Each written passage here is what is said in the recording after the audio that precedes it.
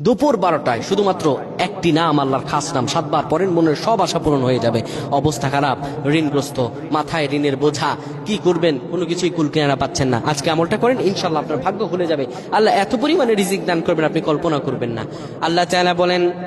উদউ ইলা সাবিলি রাব্বিকা, ও বান্দা তুমি আমার কাছে যাও, উদউনি আস্তাজিব লাকুম, আমার কাছে চাও, আমি আল্লাহ তোমাকে দিয়ে দিব, আস্তাজিব লাকুম দিয়ে দিব। বান্দা যদি যখন আসমানে সূর্যটা ঘন ঘন একদম মাঝ বরাবর দুপুর 12টা বেজে যায়, পবিত্র একটি জায়গায় বসে কিংবা মসজিদে যাওয়ার পরে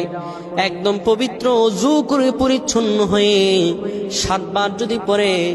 আর রহমান আর রহমান আর রহমান, এরপরে 7 বার দুরূদ শরীফ, 10 বার আস্তাগফিরুল্লাহ আল্লাযী লা ইলাহা ইল্লা হুয়াল হাইয়ুল কাইয়্যুম ওয়া আতুবু ইলাইহি পড়ে যদি